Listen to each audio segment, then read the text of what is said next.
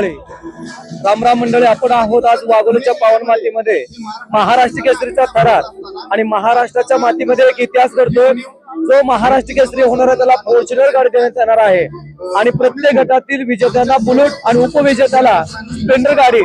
आज करण्याचा दानत्वपणा लाभलेलं कुस्तीवरती डोंगरासर प्रेम करणारे व्यक्तिमत्व, सामान्य कुटुंबामध्ये जन्मग्रहण असामान्य व्यक्तिमत्व घडवलेले सन्माननीय रामकृष्ण अण्णा सातव पाटील आपल्या समवेत आहेत। अण्णा, तुमच्या कुटुंबाला कुस्तीची परंपरा आहे का आणि कुस्तीवरती प्रचंड मोठं प्रेम करण्याचा पाठीमागचा हेतू काय आहे?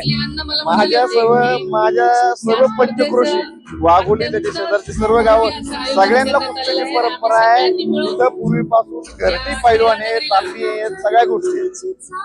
अण्णा, पहिल्यांदाच एवढं मोठं बक्षीस आहे, अखंड हिंदुस्थानाचं लक्ष वाघोलीकडे लागलेलं आहे की जवळजवळ 50-60 लाख रुपयाची फॉर्च्युनर गाडी देत आहे। त्याचबरोबर हे सगळं कसं नियोजन केलंय? ते सांगितलं तुम्हाला की कुस्तीची परंपरा वाघोलीचं संपूर्ण पंचक्रोशीत आहे। त्यातूनच बक्षीस सुद्धा ही पैलवानांची गाव आहेत, सगळी पैलवानांवरती प्रेम करणारी गाव आहे। त्याच्यामुळे ही सगळी जी बक्षीस आहेत आमच्या सर्व ग्रामस्थांनी, पंचक्रोशीतील ग्रामस्थांनी सहज एका दिवसामध्ये सगळ्यांनी डिक्लेअर केलेली आहेत आणि त्याच्यामुळे तुम्ही हे कुस्तीवरचं जे प्रेम आहे हे आमच्या भागाचं आहे, ते उत्तरोत्तर पुढे वाढत जाईल। अगदी खरंच आहे, तुमचा मित्र परिवार फार मोठा आहे। मगाशी आम्ही बघितलं की स्प्लेंडर गाड्या दिलेल्या देणगीदार येत आले होते, ज्या आपल्याला बुलेट गाड्या देतोय आपण गटातले विजेता होणाऱ्या पलवानला, तेही देणगीदार आले होते। किती दिवस लागले हे सगळं नियोजन करण्यासाठी?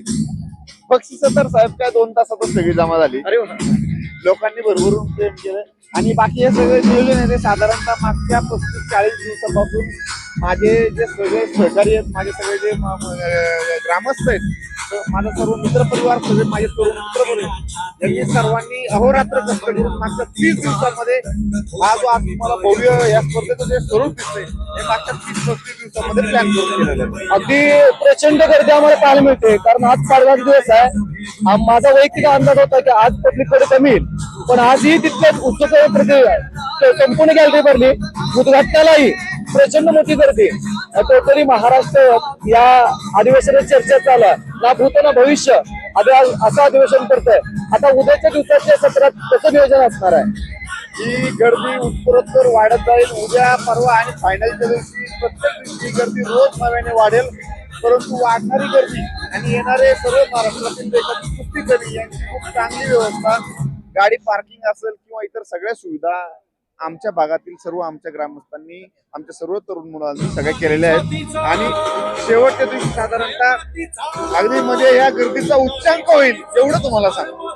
अगदी खरंच स्वर्गीय अजितदादा क्रीडा नगरी नाव देऊन, अजितदादा म्हणजे सर्वसामान्यांच्या प्रश्नाचे जाण असणारे नेता, तळागाळातल्या विचाराचं जपणार नेतृत्व आणि कुस्तीवरती प्रेम करणार, आणि त्या दादांचं नाव तुम्ही ह्या क्रीडा नगरीला घेऊन खऱ्या अर्थानं दादांचे विचार जपलेले आहेत। आपल्या समेत होते भव्य आणि दिव्य असं महाराष्ट्र केसरीच्या थराराचं संपूर्ण नियोजन संयोजन केलेले या भागाचे लोकप्रिय उद्योजक आणि लोकप्रिय नेतृत्व करण्याचा दानत्वपणा लाभलेलं व्यक्तिमत्व, हनुमंताची शक्ती यांच्या पाठीमागे आहे आणि रामाचं आचरण, कृष्णाची नीती ज्या माणसाच्या विचारामध्ये आहे, असे सन्माननीय रामकृष्ण अण्णा सातव पाटील यांना तुम्हाला पुढील वाटचालीसाठी शुभेच्छा देऊन तुम्ही कुस्तीच त्याच युट्यूब चॅनल दिलेल्या बाईट बद्दल कॅमेरामॅन दीपक पवार आणि मी निवेदक परशुराम पवार आपल्या मनापासून धन्यवाद व्यक्त करतो।